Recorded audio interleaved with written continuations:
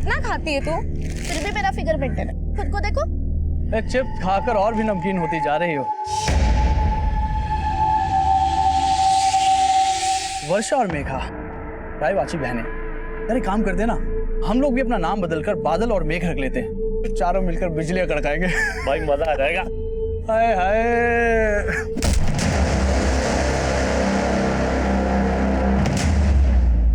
अगर आइंदा मेरी बहनों के साथ बदतमीजी की ना तो जानू नजर आएगा तुम्हें। चलो।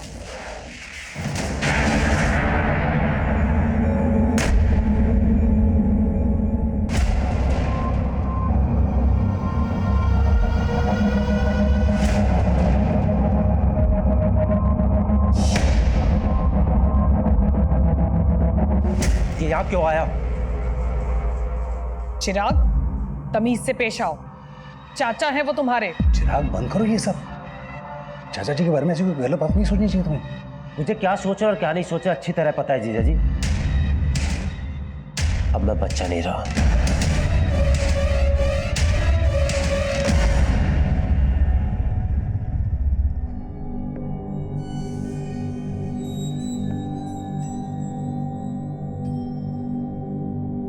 भाई साहब, मेरा मानना है प्रीत रीत से बड़ी होती है। हमारे देवी देवताओं ने हमेशा प्रीत का मान रखा। जी एकदम एकदम 16 आने सच बात बोली आपने। तो इसी बात पर कर देते हैं प्रीत और रीत का संगम। ये लीजिए, आ गई आपकी बहू। दो बेटा, दो दो।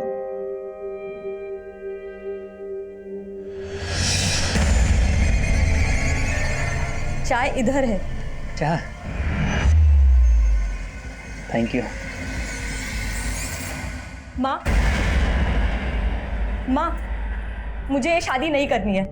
जो लड़का शादी से पहले मुझे बाज की तरह से घूर घूर के देख रहा था, वो शादी के बाद पता नहीं क्या करेगा मेरे साथ। ना बाज अपनी बाजीगिरी से बाज आएगा और ना तेरे पापा अपने फैसले से बदलने वाले हैं, समझी? पर ये फैसला मेरी जिंदगी, मेरे सपने, सब कुछ तबाह कर देगा और ऐसा मैं होने नहीं दूंगी। क्या हो रहा है यहाँ पे? क्या होता मचा रखा है? कुछ नहीं पापा, बस कब गिर गया था। कब गिर गया था? सिर्फ कब नहीं फूटा है? लगता तेरा दिमाग खराब हो गया है।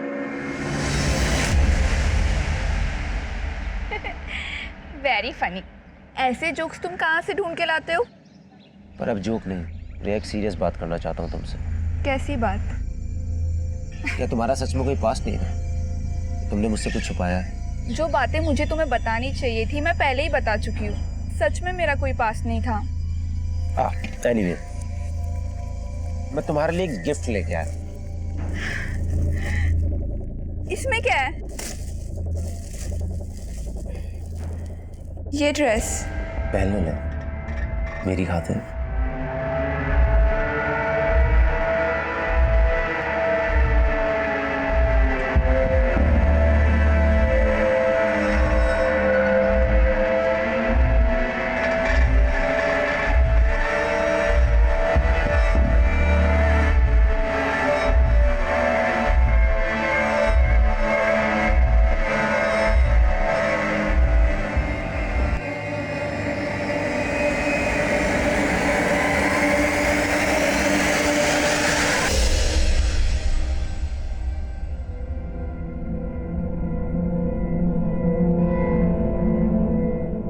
बस बस हो गया, मंडी जाना है मुझे, देर हो रही है।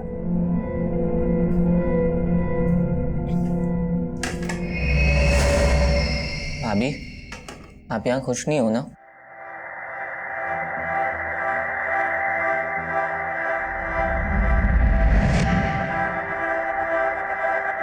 क्यों रे? इसको हमदर्द बनने की कोशिश कर रहे हैं। तेरे इरादे ठीक नहीं लग रहे मुझे। बताऊं क्या राजीव भैया को? तो बता दो ना, मुझे फर्क नहीं पड़ता है।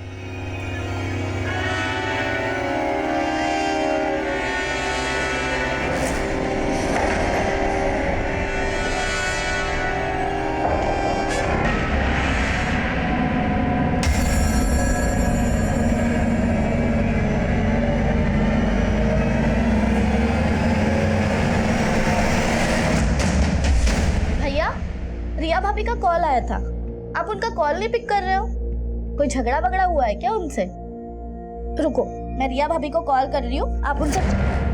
कोई जरूरत नहीं, मैं बात कर लूंगा उससे।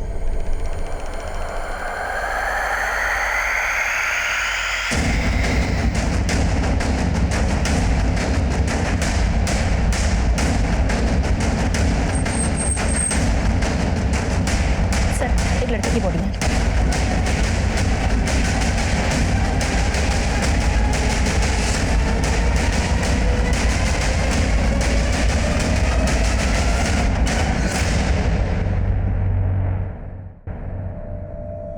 चिराग त्यागी, सर इसके वॉलेट में कैश भी मिला है और इसका मोबाइल और घड़ी भी इसके पास ही था। गले में चेन भी है। मर्डर का मोटिव लूट तो नहीं था। देखो आसपास कुछ मिलता है क्या, और बॉडी पोस्टमार्टम के लिए भिजवाओ।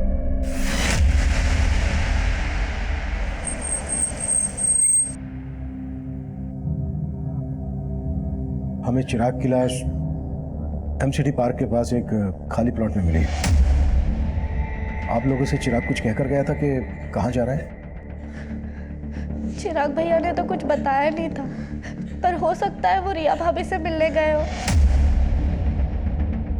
रिया भाभी? चिराग शादीशुदा था? नहीं सर, चिराग भैया की शादी होने वाली थी। रिया चिराग भैया के फियांसे हैं। मॉर्निंग में मुझे रिया भाभी का कॉल आया था। वो बोल रही थी कि चिराग भैया उनका फोन पिक नहीं कर रहे हैं। भैया, रिया भाभी का कॉल आया था, आप उनका कॉल नहीं पिक कर रहे हो? कोई झगड़ा वगड़ा हुआ है क्या उनसे? रुको, मैं रिया भाभी को कॉल कर रही हूँ, आप उनसे। कोई जरूरत नहीं, मैं बात कर लूंगा उससे। जब भैया गए थे तब उनका मूड भी काफी ऑफ लग रहा था।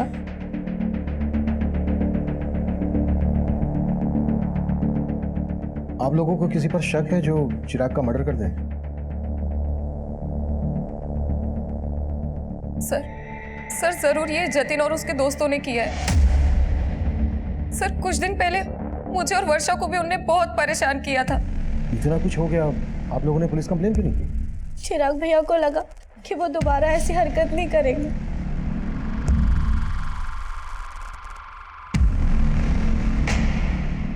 रविंदर, जतिन और उसके दोस्त के बारे में पता करो और उठा लो दोनों को। सर एक बात है, हमें क्राइम सीन से चिराग का फोन मिला था। हमने फोन चेक किया तो उसको लास्ट कॉल रिया ने किया था। और सर उन दोनों में करीब 5 मिनट बात हुई है। चिराग की बहनों की बातों से ऐसा लग रहा था जैसे चिराग और रिया के बीच झगड़ा हुआ। इस रिया से भी मिलना पड़ेगा।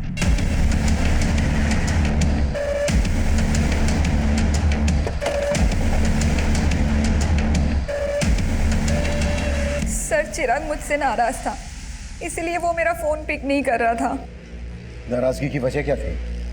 एक्चुअली मेरे पेरेंट्स का कहना था कि शादी के पहले हमें ज़्यादा नहीं मिलना चाहिए और वो मुझसे मिलना चाहता था। मैंने उसे मना कर दिया तो उसे ये बात बुरी लग गई। चिराग की फोन पर आखिरी बार बात तुमसे हुई थी, क्या बातें हुई थी तुम दोनों के बीच?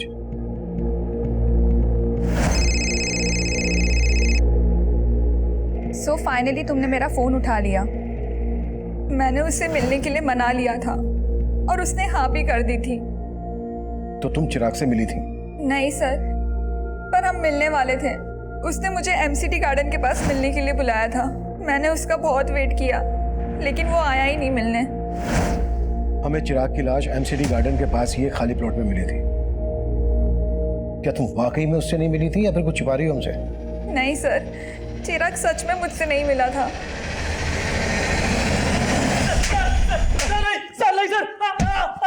सर नहीं, सर मुझे कुछ नहीं मालूम सर मैंने कुछ नहीं किया सर। तूने नहीं किया तो जतिन ने किया होगा।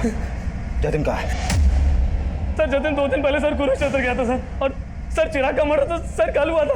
सर जतिन ने भी चिराग को नहीं मारा सर। अगर जतिन ने चिराग को नहीं मारा है तो वो अपना फोन बंद करके क्यों बैठा है? और कुरुक्षेत्र में कहाँ है वो? सर मुझे नहीं मालूम सर, मैं सर बोल रहा हूँ सर। नहीं मानेगा नहीं।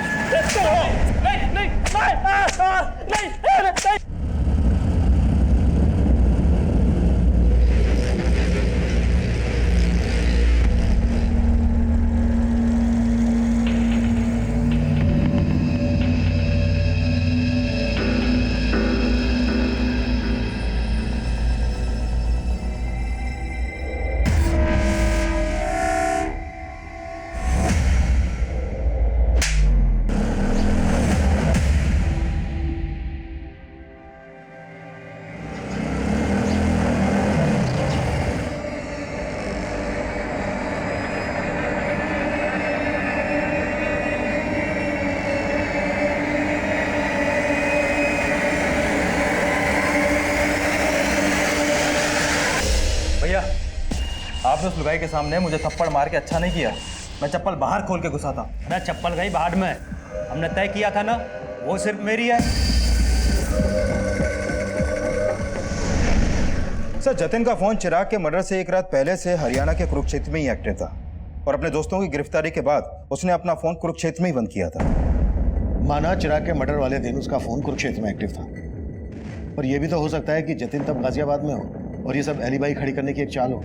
जतिन के लिए लुकआउट नोटिस जारी करो, वो गाजियाबाद में छुपा हो सकता है या फिर कहीं और भी। सब, और जतिन के साथ साथ रिया के बारे में भी पता करो। जब चिराग का मर्डर हुआ तब रिया उसी एरिया में थी। हो सकता है उसने हमसे झूठ बोला हो कि वो चिराग से नहीं मिली थी।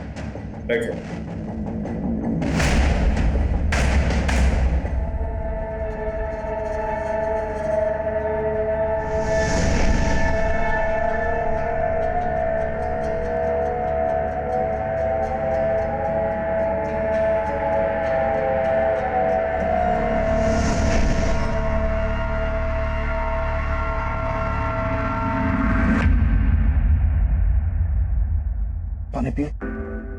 लो, पानी पियो। मैं समझ सकता हूँ कि किस्मत ने उसे एक बहुत बड़ा घाव दिया, लेकिन अपने बाकी के बच्चों के लिए तुम्हें इस दुख से उभरना पड़ेगा ना। ऐसा काम थोड़ी चलेगा। चिराग के जाने के बाद चाचा जी को तो लाइसेंस मिल गया आने का। मुझे कुछ ठीक नहीं लग रहा है।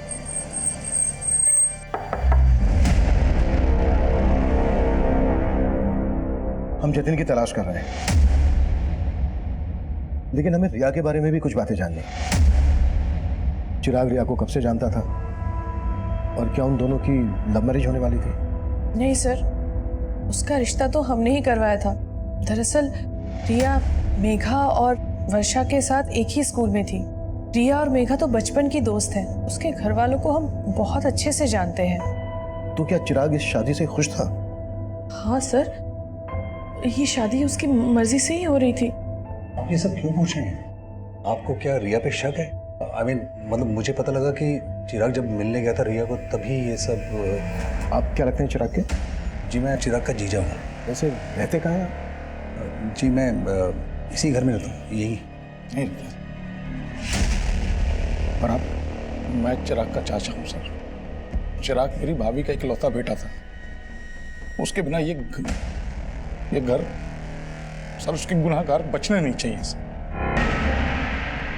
दोषियों को सजा दिलाना हमारी ड्यूटी है, आप चिंता मत कीजिए।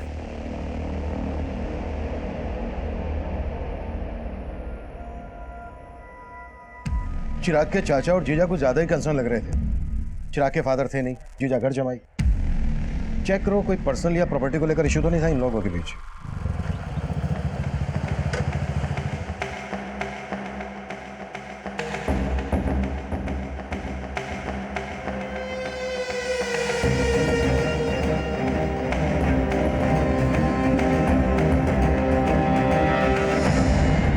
सर, रिया के कॉल रिकॉर्ड में ऐसा कोई क्लू नहीं मिला कि उसका किसी और लड़के से कोई अफेयर हो। रिया के पड़ोसी और बाकी रिश्तेदारों से पता करो, शायद कोई क्लू मिल जाए। सर, कुरुक्षेत्र पुलिस से जतिन से जुड़े एक और आपराधिक मामले के बारे में पता चला है। सर, जिस दिन चिराग का मर्डर हुआ था उसी दिन जतिन ने कुरुक्षेत्र से एक बाइक चुराई थी। कुरुक्षेत्र पुलिस भी जतिन को ढूंढ रही है। हो सकता है जतिन उसी बाइक से गाजियाबाद आया हो। लेकिन सर, क्राइम सीन के आसपास के सारे सीसीटीवी फुटेज हमने खंगाल डाले थे। उनमें जतिन ने जो बाइक कुरुक्षेत्र से चुराई थी वो कहीं नहीं देखी गई। सर, हो सकता है वो बाइक सोनीपत में हो। सोनीपत? हाँ सर, क्योंकि लास्ट टाइम जब चिराग ने रिया को कॉल किया था तब उसका फोन सोनीपत में ही एक्टिव था। ये भी तो हो सकता है कि चिराग का मर्डर सोनीपत में किया गया हो और पर्पसली उसकी बॉडी को एमसीडी गार्डन के पास लाकर डंप कर दिया गया हो। चिराग का फोन सोनीपत में जहां जहां एक्टिव था वहां के सीसीटीवी खंगालो और चिराग की फैमिली से भी पता करो कि वो सोनीपत क्यों गया होगा। पता किया सर, लेकिन उन्हें इस बारे में कुछ नहीं मालूम है। लेकिन सर, चिराग के चाचा रमाशंकर सोनीपत से कुछ 50 किलोमीटर दूर पानीपत में रहते हैं। चाचा के खिलाफ कुछ मिला?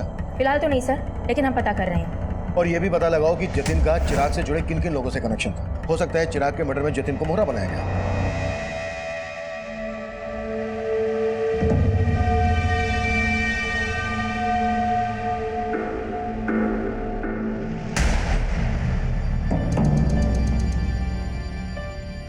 वर्षा, मेघा, ये चाचा जी तो यहीं बस गए हैं। उनका छोड़ो दीदी, आप और जीजा जी कब जा रहे हो? तुझे हमसे क्या प्रॉब्लम है? हाँ, एक मिनट। वर्षा, मुझे ना घर जमाई बन के रहने का कोई शौक नहीं है। तुम दोनों को पता है कि मैंने एक फ्लैट बुक किया है। अगर उसका बिल्डर पैसे लेके भागा नहीं होता ना तो मैं तो यहाँ। पिछले 2 साल से जीजा जी आप यही बोल रहे हैं। और दीदी, आपको तो पता है ना अपना फाइनेंशियल कंडीशन कैसा है, इसलिए प्लीज आप दोनों अपने रहने का इंतजाम कहीं और ही कीजिए ताकि हम ऊपर वाला फ्लोर रेंट पे दे सकें। ये घर ना मेरा भी है, तुम मुझे से जाने के लिए नहीं बोल सकती, समझी? बस फिर से तुम लोग उसी बातों पे लड़ने लगे। और मेघा, किसकी नीयत कैसी है ये मैं अच्छे से जानती हूँ, और इन सब बातों के लिए मैं हूँ। लेकिन चिराग भैया ने तो आप पे कभी भरोसा ही नहीं किया, और वजह आप अच्छी तरीके से जानती है। हम चिराग के घर वालों के बारे में पता कर रहे थे और दूसरी तरफ हम जतिन को भी ढूंढ रहे थे, लेकिन हमें जतिन नहीं मिल रहा था जिस पर चिराग की फैमिली शक जता रही थी। चिराग की मंगेतर रिया भी हमारे रडार पर थी, लेकिन इस केस से जुड़ा एक अलग ही एंगल तब हमारे सामने आया जिसने इस केस को अचानक से एक घुमाव दे दिया। सर, हमने उस दिन के सोनीपत के एरिया के सीसीटीवी खंगाले थे जब चिराग का फोन वहां पर एक्टिव था, लेकिन उसमें से किसी भी फुटेज में चिराग कैप्चर नहीं हुआ। लेकिन सर, उससे एक दिन पहले की एक सीसीटीवी फुटेज में चिराग कैप्चर हुआ था जिसमें वो एक औरत का पीछा कर रहा था। ये देखिए सर।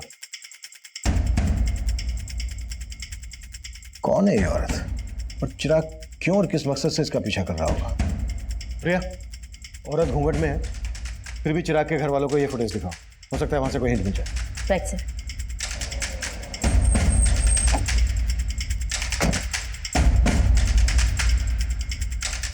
आप जानती हैं ये औरत कौन हो सकती है?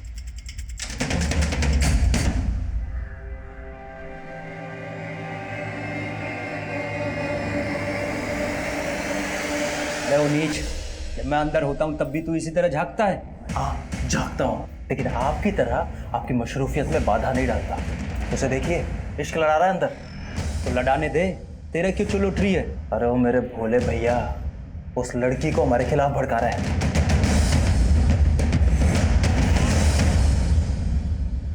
सर, चिराग की फैमिली इस औरत को आइडेंटिफाई नहीं कर पाई। वो लोग खुद कंफ्यूज है कि आखिर चिराग किसी औरत के पीछे क्यों जाएगा। सोनीपत के इस एरिया में पूछताछ जारी रखो, हो सकता है कि इसने कुछ विटनेस किया।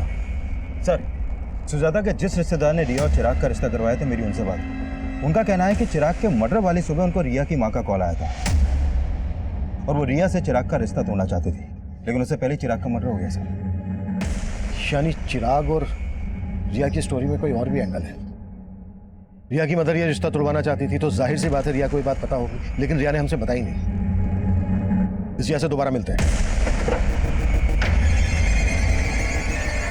अरे बाबली, अरे रो क्यों रही है? अरे आज रोने का दिन ना है, आज तो हंसने का मौका है। अरे अपना मुकुल है ना, उसका हैप्पी बर्थडे है और उसे आज मैं अपना दिन तोहफे में दूंगा। सर, मम्मी मेरे कहने पे ये रिश्ता चिराग से तोड़ने वाली थी, लेकिन फिर उसका मर्डर हो गया। मुझे इसलिए कुछ समझ में नहीं आ रहा था कि आप लोगों को ये बात बोलूं या ना बोलूं। समझ में नहीं आ रहा था? क्या फिर जानबूझकर ये बात हमसे छुपाई गई? नहीं सर, ऐसा कुछ भी नहीं है। तो फिर कैसा है? शादी क्यों तोड़ना चाहती थी? सर, एक्चुअली वो चिराग कुछ दिनों से बहुत अजीब बिहेव करने लगा था। पहले वो जब भी मिलता था अच्छी बातें करता था, लेकिन अचानक से उसके बिहेवियर में चेंजेस आ गए। मैं एक सीरियस बात करना चाहता हूँ तुमसे। कैसी बात? क्या तुम्हारा सच में कोई पास्ट नहीं था? जो बातें मुझे तुम्हें बतानी चाहिए थी मैं पहले ही बता चुकी हूँ। सच में मेरा कोई पास्ट नहीं था। एनीवे, मैं तुम्हारे लिए एक गिफ्ट लेके आया। ये ड्रेस पहन लो।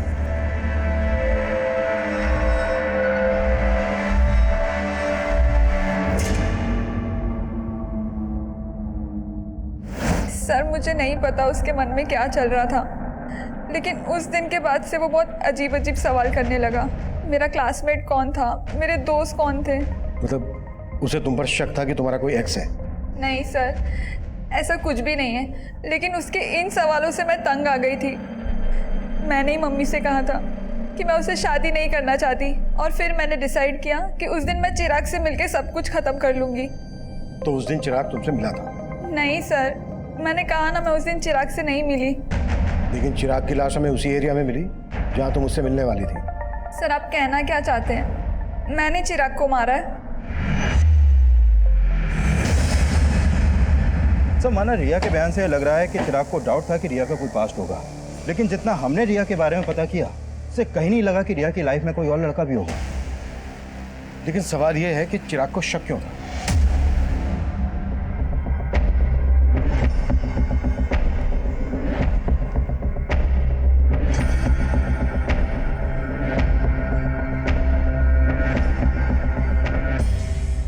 सोनीपत में चिराग को इस औरत के पीछे जाते हुए देखा गया था। हो सकता है इसी औरत ने चिराग के दिमाग में जहर भरा हो। सर, इसका मतलब ये औरत रिया की जानने वाली हो सकती है। करेक्ट। और हो सकता है चिराग को इस औरत की असलियत पता चल गई हो और इस औरत ने इस औरत की फोटो रिया और उसकी मदर को दिखाओ और सोनीपत में पूछताछ तेज कर दो। हमारे लिए जानना बेहद जरूरी है कि आखिर ये औरत है कौन। सर, क्या आप इसको जानते हैं?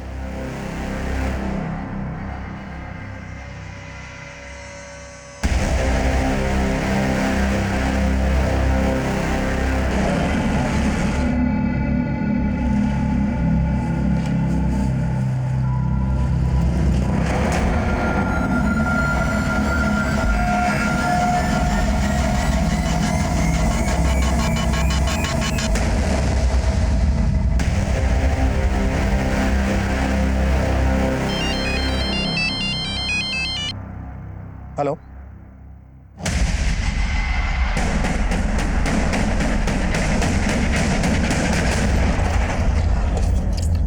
सर, जिस घूंघट वाली औरत को हम ढूंढ रहे थे, उस औरत को इस दुकान पे देखा गया।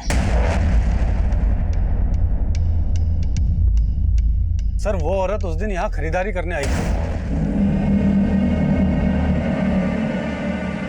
सुनिए, अब जी नहीं पहचाना? अरे चिराग। उसके बाद वो लड़का भी यहाँ से उस औरत के पीछे चला गया था।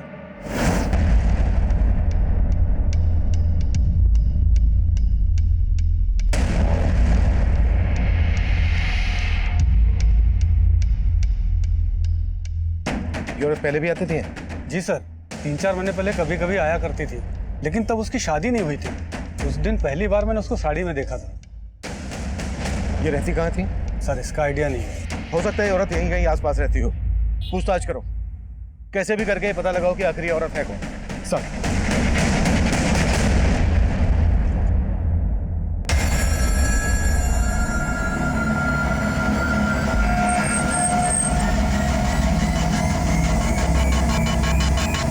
हम सोच ही नहीं पा रहे थे कि उस घूंघट वाली लड़की की चिराग के मर्डर में क्या भूमिका होगी, लेकिन उसी दौरान कुरुक्षेत्र पुलिस से हमें जतिन से जुड़ी एक अहम लीड मिली और आखिरकार हमने जतिन को धर ही लिया।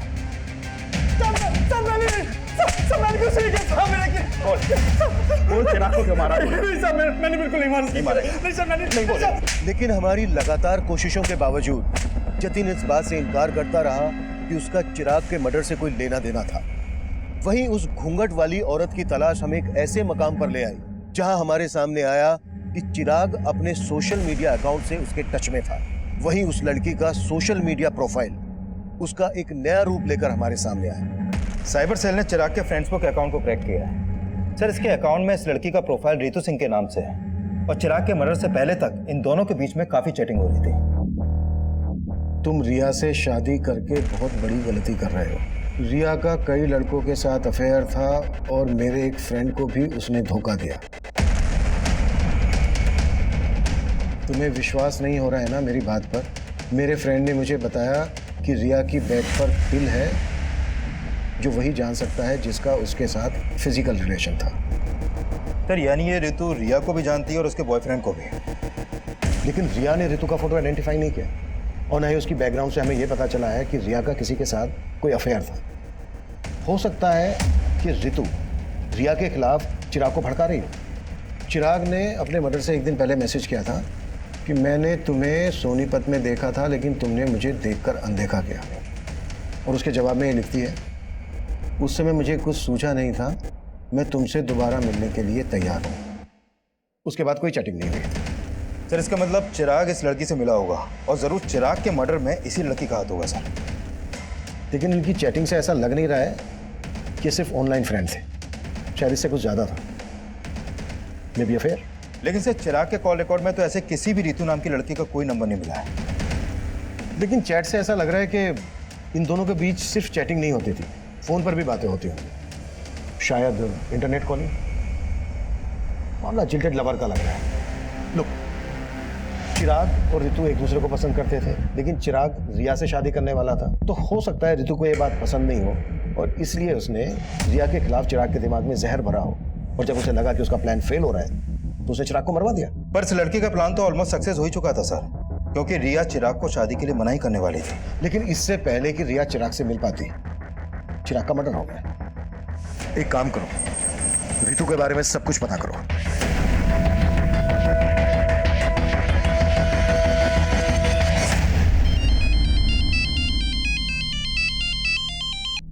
हाँ रविंदर। सर, उस लड़की के पेरेंट्स के घर का पता चला।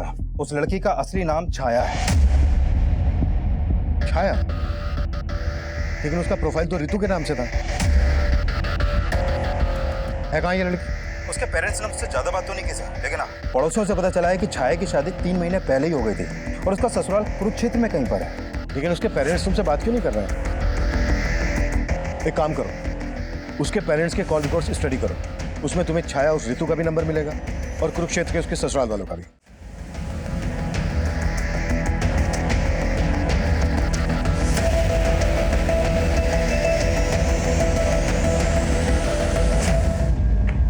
सर, छाया के पेरेंट्स के कॉल रिकॉर्ड में छाया का नंबर तो मिला ही है, लेकिन उसके अलावा 2 नंबर और मिले हैं कुरुक्षेत्र के। ये देखिए सर,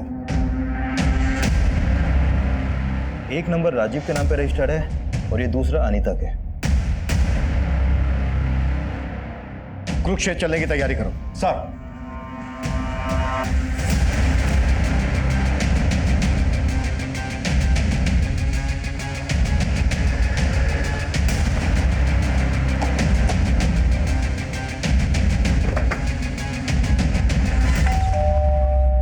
जी, हम छाया से मिलने आए हैं। हमें पता चला है कि उसकी यहीं पर शादी हुई है। जी, वो मेरी बीवी है, लेकिन आप उससे क्यों मिलना चाहते हो? हमें केस के सिलसिले में उससे बात करनी है। केस? कौन सा केस साहब? बुलाओ उसको, या हम उसी से बात करेंगे। नहीं, वो यहाँ पर नहीं है। तो फिर कहाँ है? 1 सप्ताह पहले यहाँ से भाग गई। भाग गई? जी, और अब हम उसके बारे में कोई बात भी नहीं करना चाहते हैं। धन्यवाद।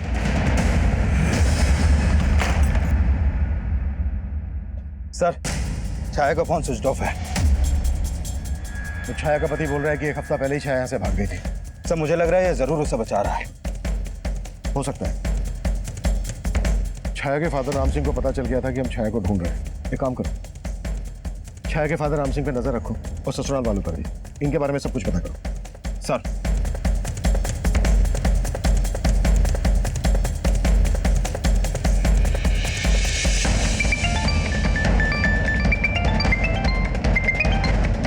जैन सर। जय हिंद। छाया के कॉल रिकॉर्ड्स आए? जी सर, वही स्टडी करी थी। सर, छाया का फोन 1 हफ्ते पहले सोनीपत में ही बंद हुआ था। भैया, जहाँ पर छाया के पेरेंट्स रहते हैं, हो सकता है छाया वहीं छुपी हो। पता करो। जी सर। और सर, छाया के कॉल रिकॉर्ड के हिसाब से गाजियाबाद का एक नंबर मिला है जिस पर उसकी काफ़ी बातचीत होती थी। किसका नंबर है? सर, ये नंबर किसी जितेंद्र वशिष्ठ के नाम पर रजिस्टर्ड है। नंबर स्विच ऑफ है या एक्टिव है? सर, एक्टिव है। इस जितेंद्र को थाने बुलाओ। जी सर। सर, जितेंद्र वशिष्ठ आ गया है। बुलाओ। सर, छाया मेरी स्टूडेंट थी। मैं जिस कॉलेज में पढ़ाता था, छाया 3 महीने पहले तक वहाँ पढ़ती थी। 3 महीने पहले तक पढ़ती थी? लेकिन बात तो तुम दोनों के बीच 1 हफ्ते पहले तक हो रही थी। तुम दोनों के बीच सिर्फ टीचर और स्टूडेंट वाला रिश्ता था या फिर? नहीं सर, छाया मेरी स्टूडेंट थी। वो मेरी बहुत रिस्पेक्ट करती थी सर। थी? मतलब अब कहाँ है वो? सर, मैं आपको सब कुछ बताता हूँ। दरअसल छाया एक ऐसे कम्युनिटी से बिलोंग करती है जहाँ एक ही लड़की की शादी परिवार के सभी बेटों के साथ कर दी जाती थी। What? हाँ सर, कुरुक्षेत्र में उसकी शादी 3 भाइयों के साथ हुई थी, लेकिन वो इस शादी के खिलाफ थी। पर उसके पेरेंट्स ने उसकी एक बात नहीं सुनी और वो अपनी तकलीफ मुझसे शेयर करती थी। 1 हफ्ते पहले वो मुझसे नरेला मिलने आई थी। सर, वो अपने 3 पतियों से तंग आकर वहाँ से भाग आई थी। वो मेरी हेल्प चाहती थी सर। कैसी हेल्प? सर, उसको पैसों की ज़रूरत थी। उसने मुझसे कहा था कि मुंबई में उसकी एक फ्रेंड है जो एनजीओ में काम करती है। मैंने उसे मुंबई जाने के लिए 10,000 रुपये भी उधार दिए थे और फिर उसके बाद वो चली गई। लेकिन फ़ोन तो उसका अभी बंद आ रहा है। सर, मुझे भी ये समझ में नहीं आ रहा है। अच्छा, मुंबई में कहाँ जाने वाली थी वो और किस फ्रेंड की बात कर रही थी? सर, इस बारे में उसने मुझसे कुछ नहीं बताया।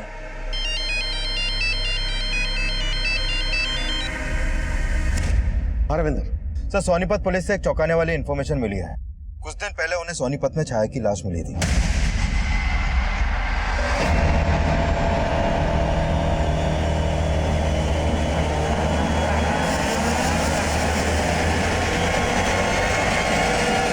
सर, सोनीपत पुलिस ने छाया का पोस्टमार्टम करवाया तो सामने आया कि छाया का मर्डर भी चिराग की तरह उसका गला दबा के किया गया था और उसकी मौत 1 हफ्ते पहले तभी हो गई थी जब उसका फोन बंद हुआ। लेकिन जितेंद्र की ये बात सही निकली कि छाया की शादी 3 भाइयों से हुई थी। Right sir. और उस गांव में ऐसी कई औरतें हैं जिनके एक से ज्यादा पति हैं और सभी वहां के जमींदार हैं। सर, उस गांव की रीति के हिसाब से एक ही परिवार के सभी बेटों की शादी एक औरत से इसलिए करवाई जाती है ताकि जमीन का बंटवारा ना हो, लेकिन औलाद पैदा करने का हक सिर्फ बड़े भाई को होता है। बाकी के भाई उस औरत को सिर्फ एक सेक्स वर्कर की तरह इस्तेमाल करते हैं। सर, छाया इस शादी के खिलाफ थी। हो सकता है चिराग और छाया का शादी के पहले से अफेयर हो। इस बात में सच्चाई नहीं लग रही, क्योंकि चिराग रिया से शादी करने वाला था और छाया चिराग से ऋतु बनकर चैटिंग करती थी। हाँ, एक बार को यह हो सकता है कि छाया के तीनों पतियों को ऐसा लगा हो कि छाया और चिराग का अफेयर चल रहा है, इसलिए उन्होंने पहले चिराग को और उसके बाद छाया को मार डाला। संतोष, बहुत हो गया तेरा 1/3 और हम तेरी हड्डियों के बट्टे खट्टे करेंगे। बोल, क्यों मारा चिराग को, क्यों मारा छाया को? साहब हम तो बोल, साहब हम तो चिराग को जानते भी नहीं थे और छाया तो घर से भाग गई थी साहब। हम सच बोल रहे हैं साहब, हमने कुछ नहीं किया। झूठ ना बोलो साहब, इन दोनों ने ही मारा है छाया को। झूठ क्यों बोल रहा है तू? पीछे रह के बात कर। बोल। झूठ बोल रहे हैं साहब, ये इन दोनों ने ही मारा है। मुकुल को दूसरे कमरे में लेकर आओ। साहब, चिराग कौन है ये तो मैं भी नहीं जानता, कि मेरे दोनों भाइयों ने सर जीना हराम कर दिया था उसका। पर शादी तो तूने भी की थी उससे। सर, जैसी जबरदस्ती उसके साथ हुई थी वैसी ही मेरे साथ हुई थी। छोड़ो मुझे। अरे तू चल अंदर, छोड़ो मुझे। बना हैप्पी बर्थडे, और वो भी हमारे सामने, और साबित करके बता कि तू उसका कसम है कि इसका यार। चल कपड़े उतार, चल। क्या बोल रहे हो ये भैया? कपड़े उतार, चल। अरे तू भी उतारना, चल ला इसे। लेकिन मैं छाया की तकलीफ समझता था, इसीलिए मैंने ही उसे भागने में मदद की थी।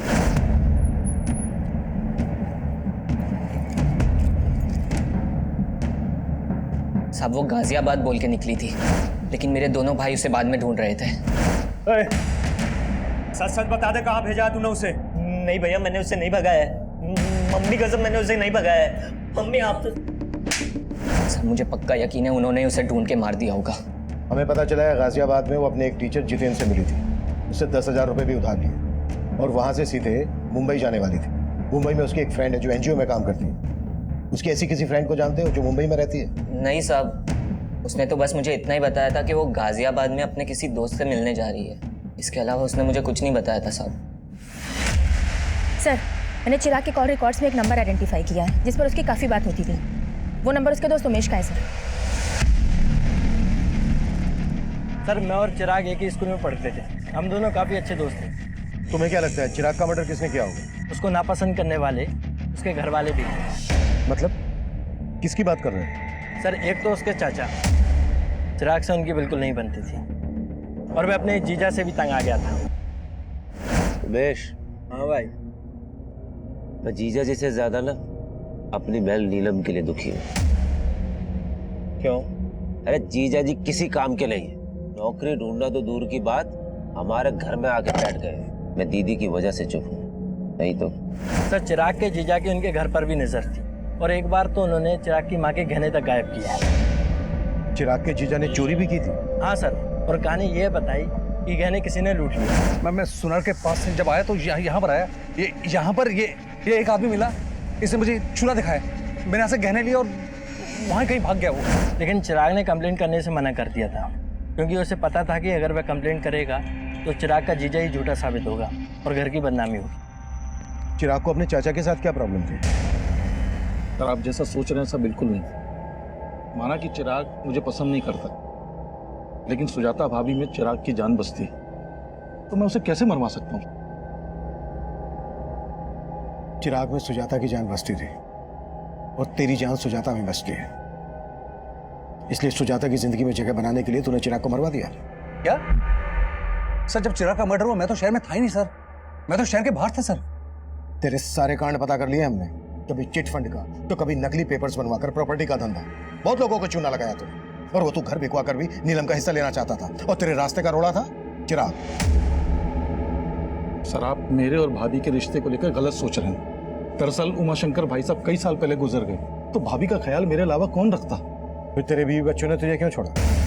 सब पता कर लिया हमने। उन्हें भी यही लगता है कि तेरा और तेरी सुजाता भाभी का चक्कर चल रहा है। गलत फहमी है सर उनको, जैसे चिराग को थी, और चिराग ने इन सब बातों को तूल दिया सर। और रमाशंकर, बाहर निकल! क्या बदतमीजी कर रहा है? इधर आके बात कर। अंदर तो मेरे पाँव के जूते भी नहीं जाएंगे। लास्ट वार्निंग दे रहा हूँ, अगर मेरी माँ से मिला ना तो अच्छा नहीं होगा रमाशंकर। सर, इस चिराग की वजह से मेरी फैमिली मुझे शक की निगाह से देखने लगी थी। हो सकता है इसी बात का बदला लिया हो तूने चिराग से। सर, मैं मानता हूँ कि मैं बहुत घटिया आदमी हूँ, लालची आदमी हूँ, लेकिन ये चिराग के मर्डर में मेरा कोई रिलेशन नहीं है सर। मेरे और सुजाता भाभी के बीच में तेवर भाभी से पहले दोस्ती का रिश्ता है। मतलब? सर, बड़ी भाभी सुनीता की मौत के बाद। अब ये सुनीता भाभी कौन है? सर, मेरे भैया की पहली पत्नी। सर, उनकी मौत के बाद भैया ने सुनीता भाभी की छोटी बहन सुजाता से शादी कर ली, ताकि उनके बच्चों को माँ का प्यार मिल सके। मतलब नीलम और चिराग तुम्हारी सुजाता भाभी के बच्चे नहीं है? नहीं सर, वो बड़ी भाभी के बच्चे हैं, लेकिन सुजाता ने मेघा और वर्षा से ज्यादा उन दोनों का ख्याल रखा। सर, सुजाता जब शादी होकर यहाँ आई थी तो उसकी उम्र बहुत कम थी, तो भैया ने मुझे जिम्मेदारी दी कि मैं एक दोस्त की तरह उनका ख्याल रखूं। सर, जो रिश्ता भैया ने बनवाया था ना, उसमें चिराग ने दिल खोल के कीचड़ उछाला है। सर, आप हमारे परिवार का इतिहास निकलवा के सिर्फ हमारे जख्मों पे नमक छिड़क रहे हैं। सुजाता जी, हम सिर्फ अपनी ड्यूटी कर रहे हैं। तो सही जगह कीजिए ना ड्यूटी। मेरे बेटे के मर्डर में किसी घर वाले का नहीं बल्कि बाहर वाले का हाथ है। प्लीज प्लीज हमें तंग करना बंद कर दीजिए। सर, छाया के कॉल रिकॉर्ड में मुंबई का एक भी नंबर नहीं मिला है, और ऐसा कोई लीड भी नहीं मिला है जिससे पता चले कि उसका कोई रिश्तेदार मुंबई में होगा। मतलब जितेंद्र ने झूठ बोला था हमसे? कुंडली निकालो इसकी। सर,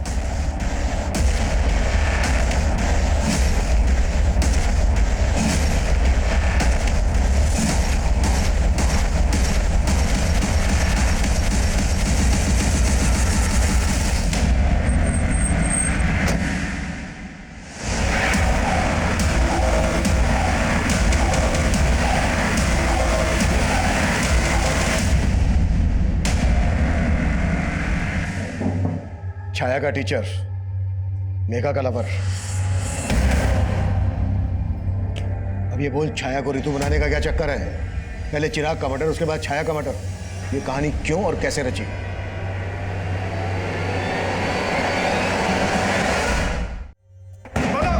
बोलता हूँ सर।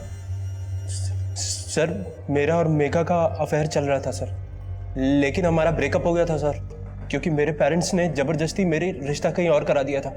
लेकिन जब मेरी फादर की डेथ हुई तो मेघा मुझे सांत्वना देने आई। उसके बाद से सर हमारा फिर से मिलना चालू हो गया सर। और मेघा ने बताया कि इसके फादर के डेथ के बाद से नौकरी कंपैशन के आधार पर नौकरी किसी एक बच्चे को मिल सकती थी, और चिराग अच्छा खासा पढ़ा लिखा था, वो चाहे तो कोई दूसरी नौकरी कर सकता था, लेकिन नहीं, माँ ने ये नौकरी उसके नाम कर दी। मुझे लगा अगर मैं चिराग को मार दूंगी तो ये नौकरी मेरे नाम हो जाएगी। मुझे मालूम था छाया जितेंद्र की स्टूडेंट थी, इसीलिए जितेंद्र की मदद से हमने छाया की फोटो यूज की और ऋतु नाम की एक फेक प्रोफाइल बनाई और चिराग को फ्रेंड रिक्वेस्ट भेजी, और उसने वो रिक्वेस्ट एक्सेप्ट भी कर ली। धीरे धीरे हमारी नॉर्मल बातें होने लगी। फिर एक दिन चैटिंग के थ्रू चिराग ने मुझे कहा कि उसे रिया से शादी करनी है। बस इसी मौके का फायदा उठाकर मैंने चिराग को कहा रिया की फोटो भेजने के लिए, और फिर मैंने उसे लिखना शुरू किया कि मैं रिया को जानती हूँ, और फिर धीरे धीरे चिराग के मन में रिया के खिलाफ शक पैदा करवाया। और चिराग तुम्हारे उन मैसेजेस पर बिना सोचे समझे भरोसा करने लगा था? नहीं, मैं ऋतु बनकर कभी कभी किसी ऐप के जरिए उससे वॉइस कॉल करती थी। एक तरफ चिराग और रिया का रोज झगड़ा होने लगा, और दूसरी तरफ चिराग मुझसे बार बार मिलने की रिक्वेस्ट करने लगा। उसी दिन उसने छाया को सोनीपत में देख लिया, और छाया ने उसे देखकर जिस तरह से रिएक्ट किया उसे शक होने लगा। इसीलिए मैंने ऋतु बनकर उसे कॉल किया और उसे मिलने के लिए बुलाया। और तुम्हें पता था चिराग और रिया एमसीडी गार्डन में मिलते थे? इसलिए तुमने उसको वहीं पर मिलने के लिए बुलाया।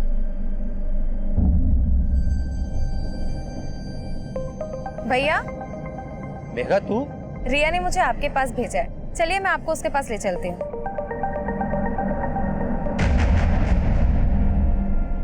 आया हूँ। भैया बस आती होगी। मुझे पता था आप लोग किसी ना किसी तरह छाया तक पहुंच जाएंगे। और इसलिए छाया को मैंने कहा कि तुम अपने पति को छोड़कर भाग जाओ, और उससे मैंने कहा कि मैं एक एनजीओ के बारे में जानता हूँ। और वो जब मिलने आई तो हमने। और ये तुमने सिर्फ नौकरी पाने के लिए किया? नहीं, ये बंटवारे के प्यार से थक गई थी मैं, तंग आ गई थी। हर वक्त नीलम, चिराग। सुजाता जी, चिराग और नीलम की सौतेली माँ थी, तुम्हारी तो अपनी माँ है, सगी। लेकिन क्या फायदा, वो तो उन दोनों से प्यार करती थी ना। पापा की मौत के बाद उनके पेंशन और पीएफ के 50 लाख रुपए मिले थे, लेकिन वो नीलम और उसके निकम्मे पति के घर बसाने में लगाना चाहती थी। लेकिन चिराग तो तुम दोनों बहनों से प्यार करता था। क्या करती मैं इसे प्यार का? माँ का सारा प्यार, प्रॉपर्टी, पापा के पैसे सब रख लेता वो। अगर तुम्हें लग रहा था कि तुम्हें तुम्हारा हिस्सा नहीं मिल रहा था, तुम्हारा हक मारा जा रहा था, तो कोर्ट का दरवाजा खटखटा सकती थी। ये सब करके मिल गया तुम्हें तुम्हारा हिस्सा, तुम्हारा हक। चिराग ने मेघा को कभी अपनी सौतेली बहन नहीं समझा, लेकिन वो इस दस्तक को नहीं भाप पाया कि जिस बहन की रक्षा के लिए वो किसी भी हद तक जा सकता है, वो बहन खुद उसकी भक्षक बन जाएगी। सुजाता की ये कोशिश कि वो चिराग और नीलम की अच्छी मां साबित होगी, उसे उसके ही बच्चों से दूर कर दिया। चिराग के लिए नफरत मेघा में एकाएक नहीं पनपी होगी, बल्कि सालों से पनप रही हो। तो क्या सुजाता ने मेघा के अंदर उबलते गुस्से को कभी नहीं भापा? या फिर उसे दस्तक मिली थी, लेकिन उसने उस दस्तक को महसूस नहीं किया? उम्र के हर पड़ाव पर जब जब हम अपना बचपन याद करते हैं, तब तब सबसे पहले हमें हमारे भाई बहन और माता पिता याद आते हैं। लेकिन बढ़ती उम्र के साथ साथ अपनी मासूमियत बनाए रखना आसान नहीं होता, क्योंकि अक्सर हमें यह गलत फहमियां जकड़े रहती हैं कि दुनिया में भोलापन नहीं बल्कि चालाकियां बिकती हैं। और कभी कभी हम इतना बदल जाते हैं कि इंसानियत हमें एक टूटा हुआ खिलौना और ईमानदारी झूठ लगने लगती है। हमें हमारे बचपन की मासूमियत हमेशा बचाए रखने की कोशिश करनी चाहिए, क्योंकि हमारी पूरी जिंदगी में हमारा बचपन ही वो मोती है जो हमें इंसानियत और रिश्तों को बनाए रखने की कीमत समझा सकता है। अब मैं सीनियर इंस्पेक्टर अभिमन्यु जिंदल आप लोगों से विदा लेता हूं। आपसे फिर मुलाकात होगी एक नए केस के साथ। देखते रहिए क्राइम पेट्रोल दस्तक। मकसद बताना नहीं, बचाना है।